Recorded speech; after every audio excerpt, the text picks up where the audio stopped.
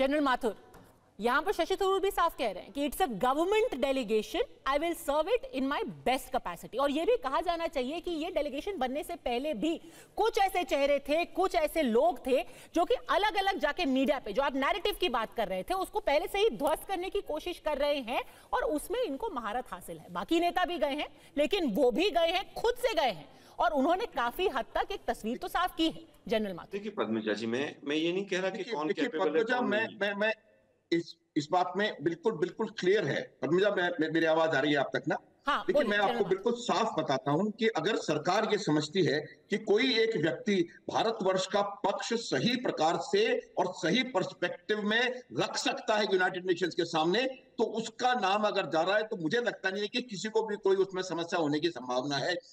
इनको न केवल ये बोलने की बात नहीं हो रही है, इनको विदेश नीति की बहुत अच्छी पकड़ है।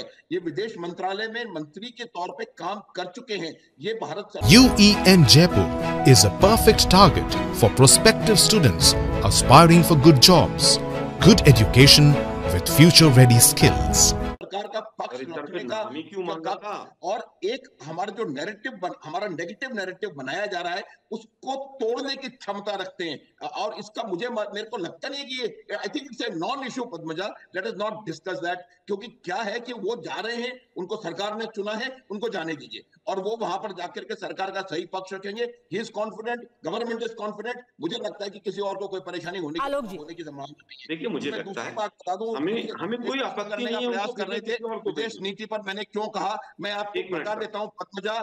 चीन और तुर्की के अलावा किसी भी देश ने पाकिस्तान का पक्ष नहीं लिया है। कोई देश दूसरे देश के अंदर जाकर के, एक मिनट प्लीज, कोई देश दूसरे देश के अंदर में जाकर के मिलिट्री एक्शन ले और उसका कहीं से भी कोई रेपरकशन ना हो, इससे बड़ी मुझे लगता है विदेश नीति और कूटनीति की जीत कोई हो नहीं सकती। मेरा ये आलोक जी, और आपने और अब तो खुद पाकिस्तान मार रहा है कि हमने उनके बेसिस के अंदर घुस करके मारा है। ब्रह्मोस मिसाइल आई और हमारे बेसिस पर उन्होंने क्या कहर बरपाया है, ये उनके प्रधानमंत्री कह रहे हैं। आलोक जी, देखिए, आज उनके प्रधानमंत्री हमारे आइडियल नहीं। हमें उनके प्रधानमंत्री क्या कहते हैं इस बात से कोई मतलब नहीं। हमें अपनी डिफेंस मिनिस्ट्री क्या कहती है उससे मतलब। वो तो ये भी कह रहे हैं अगले सेंटेंस में कि हमारे पास उनकी तरफ से गुहार आई, हिंदुस्तान की तरफ से कि सीज फायर के लिए रिक्वेस्ट आई, क्या उसको भी मान लें क्या? पद्मजा जी, आप लोग पता नहीं क्या हो गया आप लोगों को। अरे सर, आप ट्रम्प की बात मानते हैं, फिर आप मुझसे पूछ रहे हैं कि हम शहबाज शरीफ की बात क्यों सुन रहे हैं? आप तो ट्रम्प की बात को गॉस्पेल मान रहे हैं ना।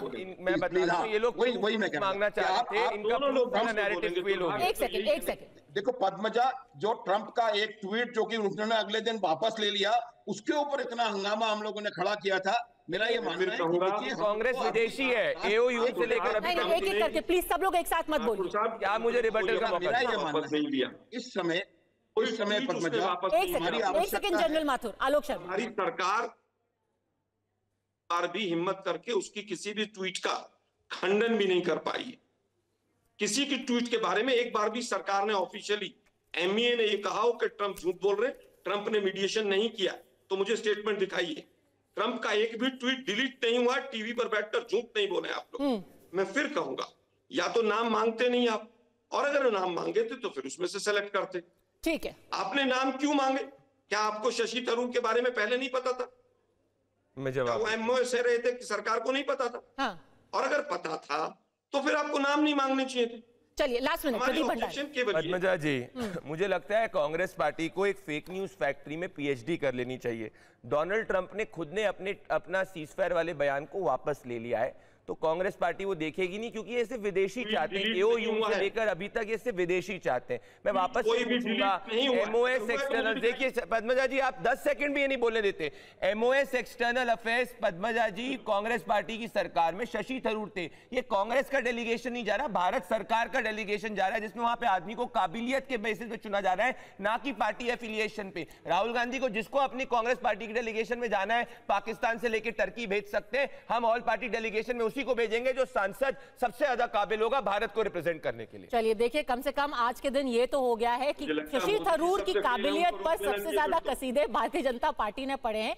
लेकिन ये बात तो सच है, ये भारत का डेलीगेशन है, पूरे देश की तरफ से डेलीगेशन जा रहा है और उम्मीद तो यही रहती कि कम से कम इसके ऊपर कोई राजनीति नहीं होती, इसको लेकर के कोई झगड़ा नहीं होता, ताकि दुनिया देखती कि भले से ही हमारे बीच में कुछ मतभेद हो, लेकिन इस वक्त पर पूरा भारत एक है।